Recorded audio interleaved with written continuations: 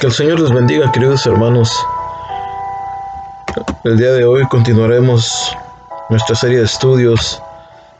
No sin antes, ¿verdad?, decirles que es lamentable que todavía en estos tiempos estemos viviendo con nuestra iglesia cerrada, que las iglesias han sido cerradas, que tengamos que enfrentarnos nuevamente a esa situación y que muchas personas están siendo infectadas por este virus. Han muerto muchos pastores, han muerto muchos hermanos, muchos familiares también, gente que tal vez conocemos que ha sido infectada, pero creemos en el Señor que Él tiene el control de todas las cosas, que todo está en sus manos, y también creemos que Él cuida de los suyos, que Él guarda a los suyos, y que Él tiene un propósito para cada uno de nosotros. Así que, hermanos, creemos en el Señor, oramos al Señor porque todo esto termine y vuelva a su normalidad. Creemos en su palabra y creemos en Él. Y continuaremos en este día por medio de videos, seguiremos, no importa, ¿verdad?, cuánto tiempo tengamos que estarlo haciendo. Lo importante es que podamos escuchar, podamos transmitir la palabra de Dios y que pueda ser escuchada por otros y que también sirva de alimento espiritual para muchos. Alguien me mandó un mensaje diciendo que a través de la palabra de Dios han sido edificados, han sido restaurados, han sido motivados. Así que es importante, hermanos, que nosotros continuemos hasta terminar la carrera. Hemos hecho mucho énfasis en eso, que tenemos que terminar, hermanos. Así que el día de hoy continuaremos hablando acerca de Jesús, un personaje que debe de ser el más importante en nuestras vidas.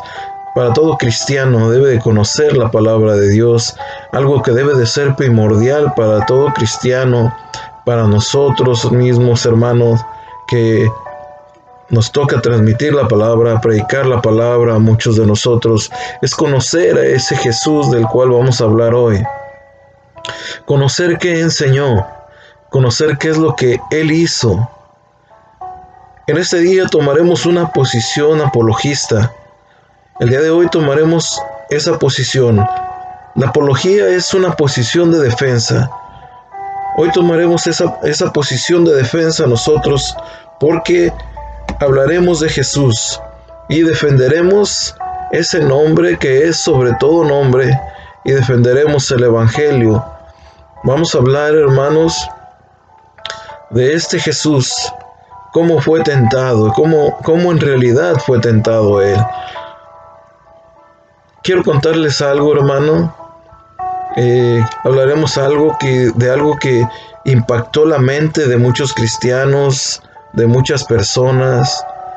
Incluso se contrariaron las personas al ver y al escuchar esto que yo les voy a decir. El 22 de octubre del año de 1988, un grupo de fanáticos, así los llamaron, un grupo de fanáticos cristianos, arrojaron bombas Molotov ese día en las salas de un cine en París, porque se estaba estrenando una película muy controversial inspirada por una novela escrita en el año de 1960 y también, yo creo, inspirada por el mismo Satanás, llamada La Última Tentación de Cristo. La novela se escribe en 1960 y la llevan a la pantalla en el año de 1988. Ese día, el 22 de octubre, muchos cristianos, al saber de qué se trataba esa película, arrojaron esas bombas Molotov en el cine, donde lo incendiaron. Fue algo que sucedió en ese tiempo, y esa película existe, y muchas personas pueden llegar a verla o la han visto y se han sentido contrariados, y muchos han cambiado su forma de pensar en cuanto a Jesús, porque ahí pasan situaciones o argumentan situaciones que yo me atrevo a decir que el Señor Jesús no vivió o jamás pasó por eso. En esta película pasan a Jesús como un hombre, como un hombre que tiene relaciones con María Magdalena, la cual ponen ahí como una prostituta. Incluso hay veces los cristianos también conocen que Magdalena, María Magdalena, tenía esa posición de prostituta cuando la palabra de Dios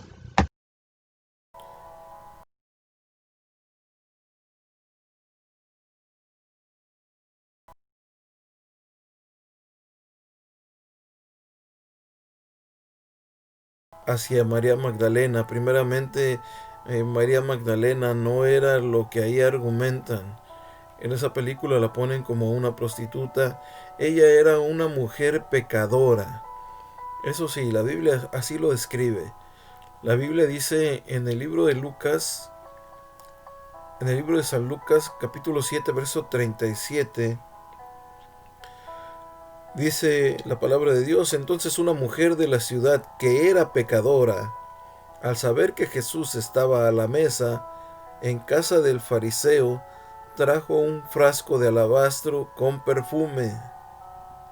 Un frasco de alabastro con perfume. El llamar a María Magdalena prostituta viene de la Iglesia Católica porque un papa la nombró así. Pero en realidad, amados hermanos, la Biblia dice que era una mujer pecadora cuando había hombres y había muchas mujeres pecadoras, pero no precisamente porque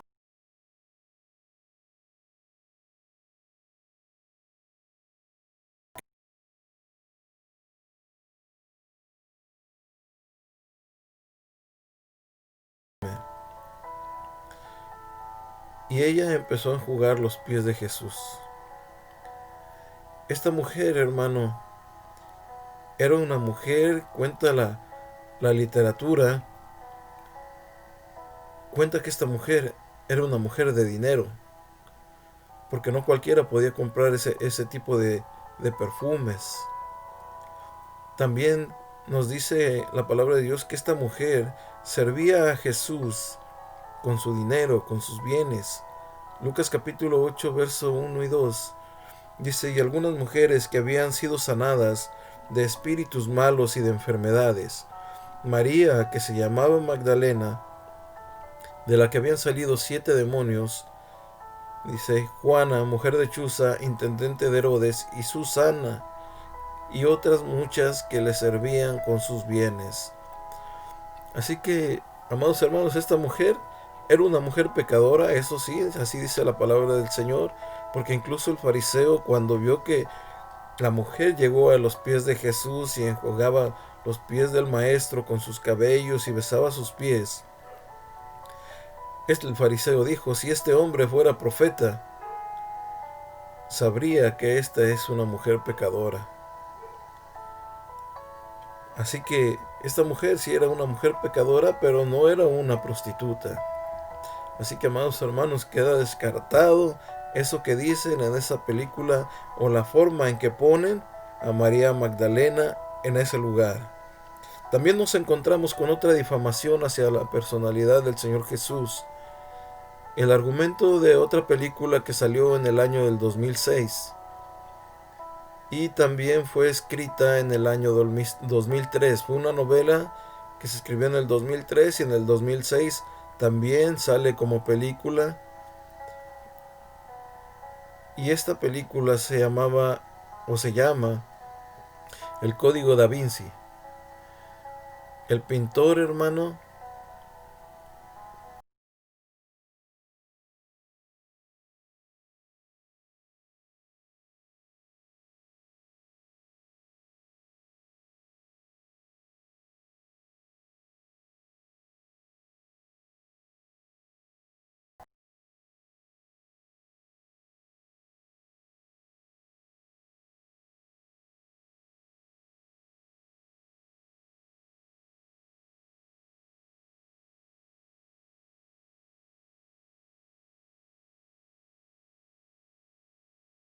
Da Vinci, según la película esta, hermano, Leonardo da Vinci, el pintor tiene nexos con el Vaticano y maneja información oculta.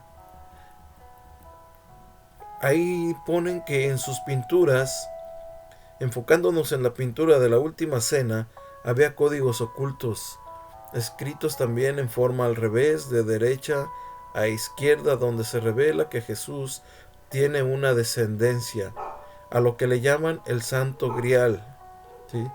Una línea de sangre. ¿Podemos descartar esto, hermano? Muchos dicen que eran códigos ocultos porque los escribió de derecha a izquierda, pero en realidad, en aquella época, hermanos, se escribía así, de derecha a izquierda, y peor porque Leonardo da Vinci era zurdo, amados hermanos. Entonces nos encontramos con que esto que relata la película también es algo falso. ¿Sí? Están difamando al Señor Jesucristo. El Santo Grial, esa línea de sangre que aparece en esa película donde Jesús, ¿sí? Aparece pintado en ese cuadro, donde también supuestamente aparece María Magdalena como esposa de Jesús, quien queda embarazada, y Jesús quería que ella siguiera, o Jesús quería que ella fuera la sucesora en el Evangelio, supuestamente, pero el apóstol Pedro toma las riendas, y en esta situación María Magdalena huye a Francia, y de ahí viene la descendencia de Jesús, porque cuando María Magdalena huye a Francia, ya ella se fue embarazada. Así que, hermanos, esta película argumenta que de ahí viene la descendencia de Jesús. Incluso la que investiga esto viene siendo la nieta. Sucede, hermano, que algunos obispos católicos prohibieron, solamente recomendaron no ver esta película, declararon como una difamación a la iglesia, pero solamente hasta ahí. Esta película la pusieron así como que estaba difamando a la iglesia, pero solo eso.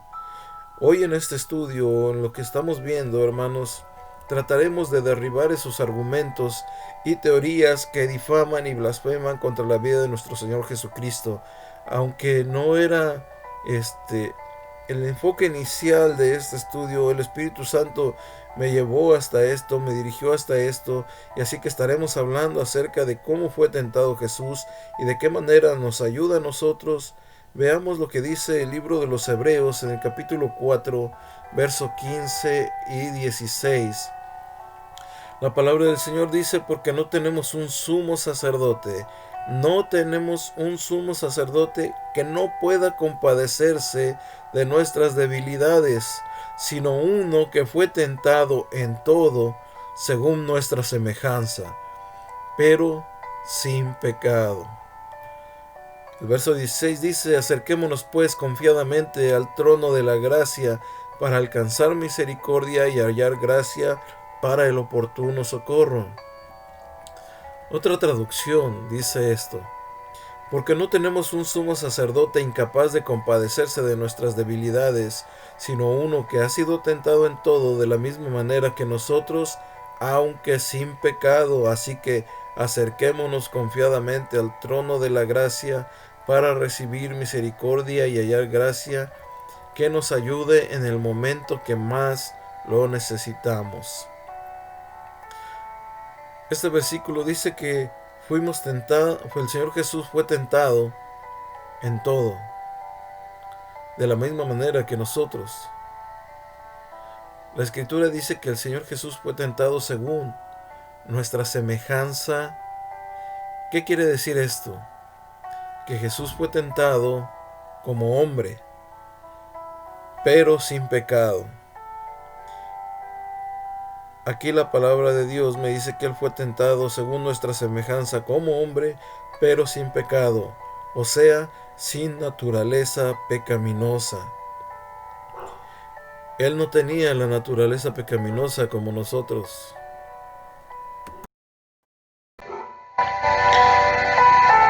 Él tenía una naturaleza muy diferente a la nuestra. Tenía nuestra semejanza de hombre. Les voy a explicar por qué, hermano, Él no tenía esta naturaleza pecaminosa. Cuando nosotros venimos a Jesús, nos acercamos a Él, lo recibimos como nuestro Señor y como nuestro Salvador, pasamos a ser hijos de Dios. Pasamos a ser de su simiente. Y la palabra del Señor dice que la simiente de Dios no peca. En el libro de Juan, en el capítulo 1, verso 12, 13 y 14, la palabra del Señor nos enseña algo. Dice: mas a todos los que le recibieron, a los que creen en su nombre, ¿sí?, les dio potestad de ser hechos hijos de Dios, los cuales no son engendrados de sangre, ni de voluntad de carne, ni de voluntad de varón, sino de Dios. Y aquel Verbo fue hecho carne y habitó entre nosotros, y vimos su gloria, gloria como del unigénito del Padre, lleno de gracia y de verdad. Esto es algo que la palabra del Señor nos muestra. Dice que nos dio potestad de ser hechos hijos de Dios. No fuimos ya engendrados, ¿sí?, de sangre. Pasamos a ser hijos de Dios. Él nos da el espíritu de adopción, por el cual podemos llamarle Abba Padre. Así que Él nos adopta como sus hijos, pero no porque seamos humanos engendrados de sangre, sino ahora es por la voluntad de Dios que nosotros pasamos a ser sus hijos. El Verbo se hizo carne, habitó entre nosotros, vimos su gloria como del unigénito del Padre, lleno de gracia y de verdad. En ningún momento de naturaleza pecaminosa. Jesús, hermano, tampoco fue engendrado por voluntad de varón. Tampoco fue engendrado por voluntad de carne. El Señor Jesús fue engendrado por medio del Espíritu Santo. Por tanto, sin naturaleza pecaminosa, pues su naturaleza es divina. Fue su divinidad del Señor. Fue su divinidad lo que permitió que Él tomara la forma de hombre. Fue su divinidad de ser omnisciente, de ser omnipresente y de ser omnipotente, lo que permite que el Señor Jesús venga, siendo Dios, tome forma de hombre sin dejar de ser Dios. El Señor Jesús, recordemos, hermano, que el Señor Jesús, sin dejar de ser Dios, toma esta naturaleza humana, pero sin lo pecaminoso. Él no sintió los mismos deseos que sentimos nosotros. Recordemos que Él era 100% hombre y 100% Dios. Muchas veces accionó como Dios y otras veces accionó como hombre. Por lo tanto, como Dios, Él no pudo ser tentado. Él era hombre y Él era Dios. Era una personalidad. El libro de Santiago dice en el capítulo 1, verso 13, cuando alguno es tentado, no diga que es tentado de parte de Dios, porque Dios no puede ser tentado por el mal, ni Él tienta a nadie. Así que la tentación no viene de parte de Dios. Y Jesús, si Jesús era Dios, no podía ser tentado, como estos hombres lo reflejan en esas novelas o en esas películas y tantas otras, hermano, que existen y tantas otras que también saldrán. Y en esa posición donde pongan a Jesús, una posición donde lo difamen, nosotros vemos en su palabra que Él no pudo haber pasado por todo lo que ellos argumentan. Porque Él era Dios, aquí en la tierra era Dios. Él no pudo ser tentado por el mal. Recordemos, hermano, que por un hombre tenía que salir el pecado. Así por eso es que el Señor Jesús tuvo que hacerse hombre. pero también tuvo el poder de perdonar nuestros pecados ahí en la cruz, y nadie puede perdonar pecados sino Dios. Entonces, ahí en la cruz no murió Dios, murió Jesús como hombre, porque como Dios, Él no podía morir, murió como hombre, y como Dios estuvo ahí para vencer a Satanás. Amados hermanos, para limpiarnos a nosotros del pecado, para llevar esa carga de pecado, hermano, que el hombre había ocasionado, que el hombre, hermano, a través de sus deseos, a través de sus impulsos, de no saber controlar, hermanos, amados hermanos, llegó hasta esta situación donde Dios tuvo que mandar a su Hijo a morir por nosotros, tomar esa posición de hombre y morir por nosotros. El libro de los Hebreos dice que fue tentado en todo. Mira, amados hermanos, hay personas que dicen, mira, no importa la tentación por la que estés enfrentando, no importa la tentación por la que estés pasando, Cristo te entiende porque Él fue tentado en todo. Pero en realidad creo que no es exactamente lo que este texto quiere decir. En otras palabras, lo que estoy diciendo es que no podemos decirle eso a las personas. No podemos decir que el Señor Jesús pasó por todo tipo de tentación, porque Él no pasó por todo tipo de tentación. Esto es algo importante que nosotros tenemos que saber. ¿Y sabe por qué Él no pasó por este tipo de tentaciones? Porque Él no tenía esa naturaleza pecaminosa, porque Él era hombre y Él era Dios, porque no fue engendrado de carne, ni de sangre, ni de voluntad de varón, sino de Dios. En el próximo estudio estaremos hablando acerca de cómo fue tentado en realidad el Señor Jesús. ¿Por qué no podemos decirle a la gente esto, hermano? Que el Señor Jesús los entiende. Él nos entiende porque pasamos a ser sus hijos, pasamos a ser hijos de Dios. Y Él entiende que nuestra naturaleza pecaminosa nos lleva a hacer cosas que tal vez ni siquiera alguna vez hagamos. Pero recordemos que Él vino a morir por nosotros, vino a dar su vida por nosotros, ahí en la cruz del Calvario. No se encontró en el cielo ni en la tierra ni uno digno. Solamente el Cordero de Dios fue el único capaz de desatar los sellos. En el libro de Apocalipsis capítulo 5 dice que Juan lloraba, hermanos, porque no había nadie ni en el cielo ni en la tierra digno de desatar los sellos. Y se halló uno digno, como se halló uno digno para morir por nosotros en la cruz.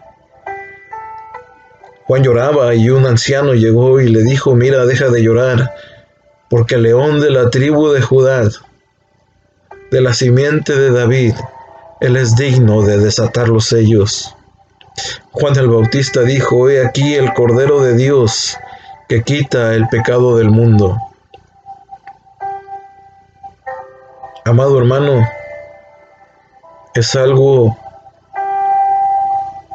que tal vez no tengo palabras para describir lo que Jesús ha hecho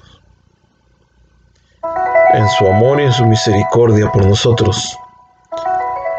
Cómo tanta gente lo difama, cómo tanta gente difama la Escritura, difama la palabra de Dios, tuerce la palabra de Dios y la transmite a las personas, y muchas personas lo creen. Mucha gente dice que Jesús no existió. Gente que dice que es una combinación de muchos dioses, y que Jesús nunca existió. Si Jesús no hubiera existido, ¿qué hubiera pasado con el mundo? Hay una señal, y yo creo que es una de las señales más grandes que podemos ver sin recurrir a la Escritura, sin recurrir a la palabra de Dios. Hay una señal en el tiempo, y esa señal es que Él vino a romper el tiempo, vino a partir el tiempo, antes de Cristo y después de Cristo. Él vino a impactar al mundo, hermanos, en todos los aspectos, como ha impactado tu vida y como ha impactado mi vida. En el próximo estudio continuaremos, amado hermano, hablaremos acerca de esto de que Jesús no pudo ser tentado en todas las cosas, no porque Él no tenía nuestra naturaleza pecaminosa, tenía nuestra naturaleza humana, pero no pecaminosa, porque Él es hombre y Él es Dios. Espero que este estudio haya sido explicado, haya podido explicarme, y que el próximo, ¿verdad? Si hay dudas, si hay preguntas, puedan hacerlas, hermano. Estamos para servirles, y que el próximo estudio, ¿verdad? Estemos atentos a lo que el Señor tiene para nosotros. Muchas bendiciones, hermanos. Que Dios me los guarde, que Dios me los bendiga y que el Señor me los proteja. Un abrazo.